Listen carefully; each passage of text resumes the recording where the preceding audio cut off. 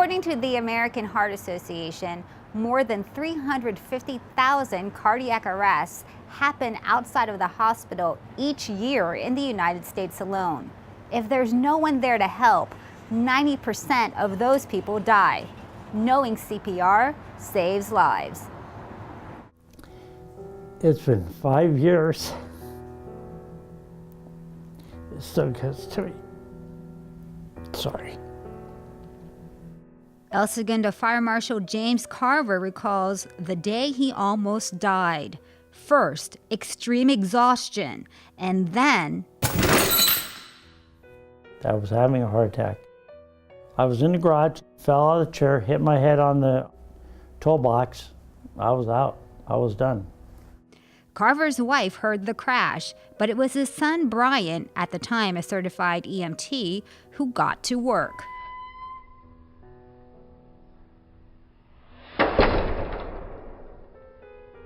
I checked my dad, he was unresponsive. Checked for a pulse, nothing. Then I called 911, came back, and I ended up performing CPR and mouth-to-mouth on my dad, waiting for the paramedics to show up. His family's quick responses were Carver's salvation. If it wasn't for my wife hearing me go down in the garage, recognizing the emergency, the second step is calling 911, calling the emergency number, my son calling that. And then my son performing early CPR on me before the Orange County Fire Authority could get on scene to perform early cardiac defibrillation, I would not be here today.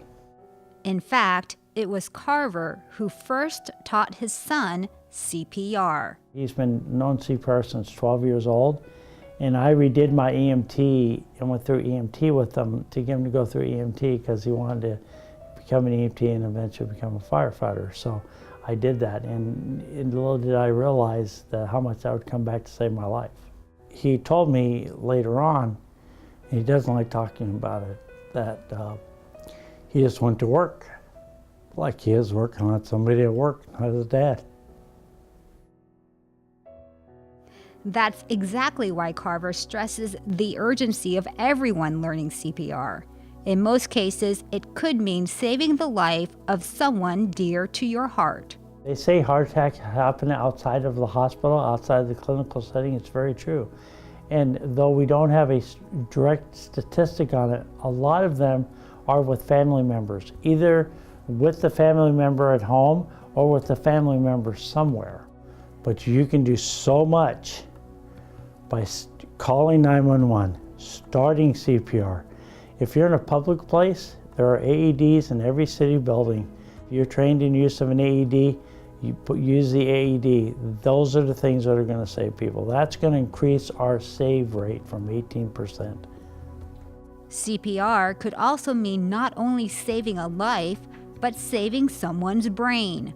That's because CPR pumps oxygen to the brain to keep it alive. If you have that at the front end, it keeps the brain going. Otherwise, the brain starts dying, and once brain cells die, they don't come back.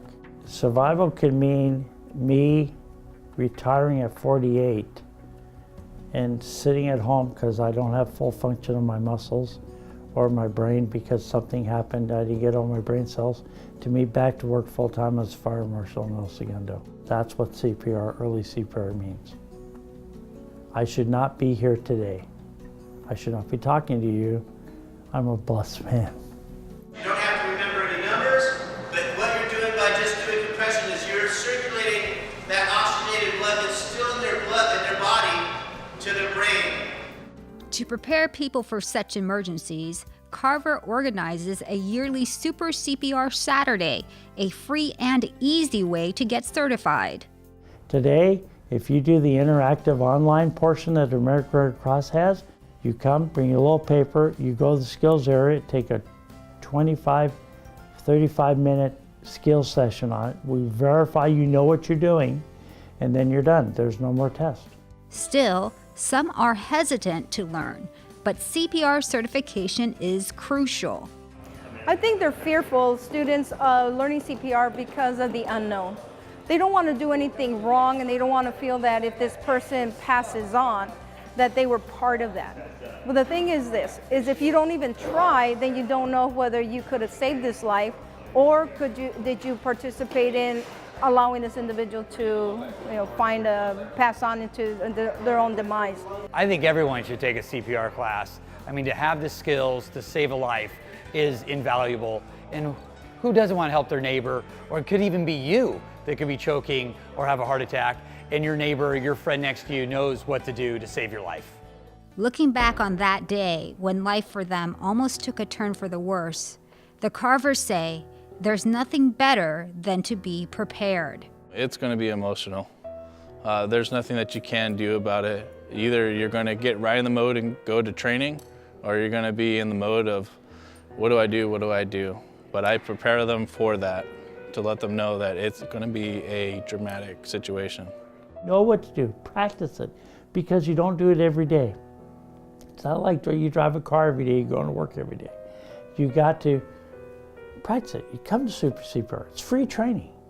And then that way you got it when it happens. You can go, okay, like Brian, my son, I'm at work. Now remember, Carver says if there is an emergency such as a cardiac arrest, call 911, and then if you know CPR, start CPR immediately. And if you're trained to use one of those AEDs, one of those automated external defibrillators, use one of those. They can often be found at a security kiosk, security office, or even in lobbies in public places. For El Segundo TV, I'm Michelle Mizell Archer.